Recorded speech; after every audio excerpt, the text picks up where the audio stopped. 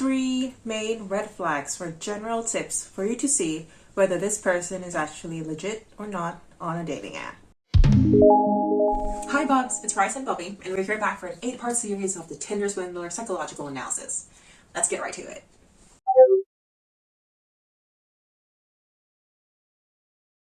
The 3 main red flags for general tips for you to see whether this person is actually legit or not on a dating app. Here we go. The first thing you have to realize, photoshopping. So photoshopping, oh my goodness. If you look at this at Netflix, you can see the tone and the effect. So I can't do a print screen, but I did an illustration of it.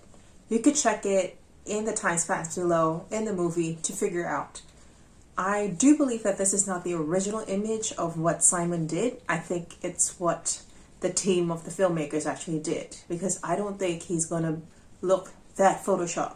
But if this is the real image, it means the Mr. and Mrs. Leviev and Simon are all different pictures, and the beach itself is a different picture as well. You could see by the different lightings, the HDR within it, and the tone and the effect. It's completely Photoshop. You guys should see it and zoom it in so you know it's a fabricated image. There's a debris, so check that out. Make sure you have a hawk eye for Photoshop images. Number 2, billionaires generally, the ones that I know at least, tend to be low profile. They don't really show and flaunt their richness in front of your eyes. The ones that flaunt kind of have a red flag, so it's in your will. If you are wanting a Hollywood fairy tale, then go ahead, be my guest, get that person. If not, it's your call.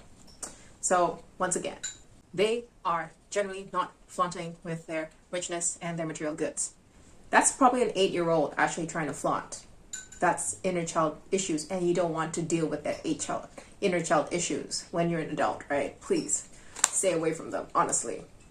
Look at Richie Rich, right? Because whatever's behind the Richie Rich mansion and those, the Rushmore or Richmore something, it's just memories of their family, not money.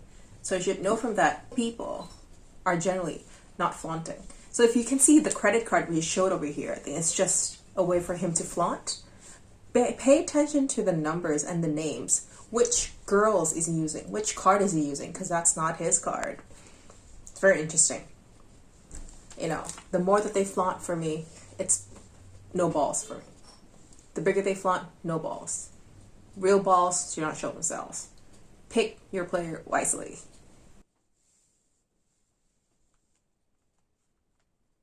Okay, number 3, finally, even if you've met the person, I think this is in Pernilla's case, to actually send passport details. My friends and I were screaming about this. It's like, no, you should not send any identification details, anybody online. Sure, you would argue, hey, but I've met Simon already. They've met them already. They've dated already. They went on the same jet plane. If I was in that position, yes, probably, most likely.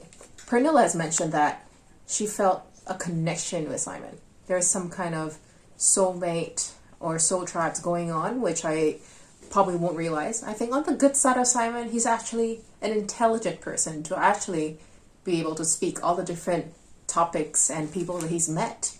He should know. He should be a conversationalist. So he's not dumb. He's the most intelligent person to actually dupe a lot of females, because he knows he's carved that kind of persona that knows females like, at least the ones that really want money or the ones can get easily duped.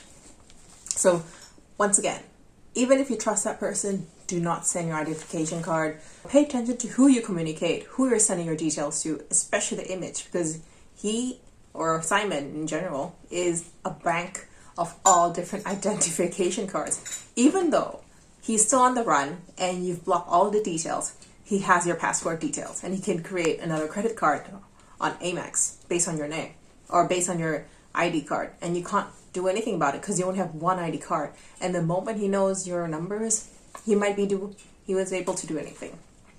So be careful out there.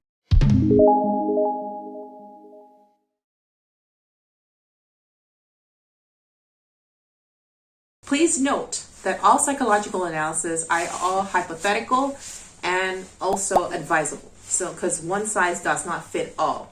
We're all amazingly 7 billion amazing individuals. Well, agree to disagree, everyone. This has been a hypothetical analysis, which I invite other psychoanalysts and also transpersonal counselors to build more in depth. If you have any constructive comments or discussion you'd like to do, or a positive outlook, please put in the comments below. But if you have nothing to say that's good, please refrain, because we're the house of online harassments and we know exactly how to trace you and call you out. That's just basically what we do. Check out our different social medias to let you know what's going to happen. If you have benefited from this video and you want this app to happen in the next 2 years for you, your child, or your teen, buy us a coffee, get our NFT art from this project, and donate with the links below or in the description box. All the proceeds will go to raise our own project capital and see if this app's going to happen for you all and for us all for a safer digital online world. We look forward to all your discussions and the comments below. Make sure you share this to your friend, because you never know who's going to swipe soon, right?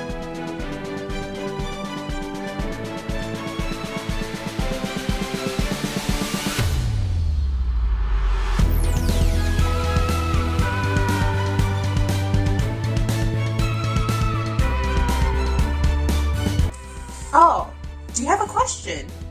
Well, if you do have a question, contact us below. You put it in the comments, and Bubby has a lot of friends that can actually help you answer your questions.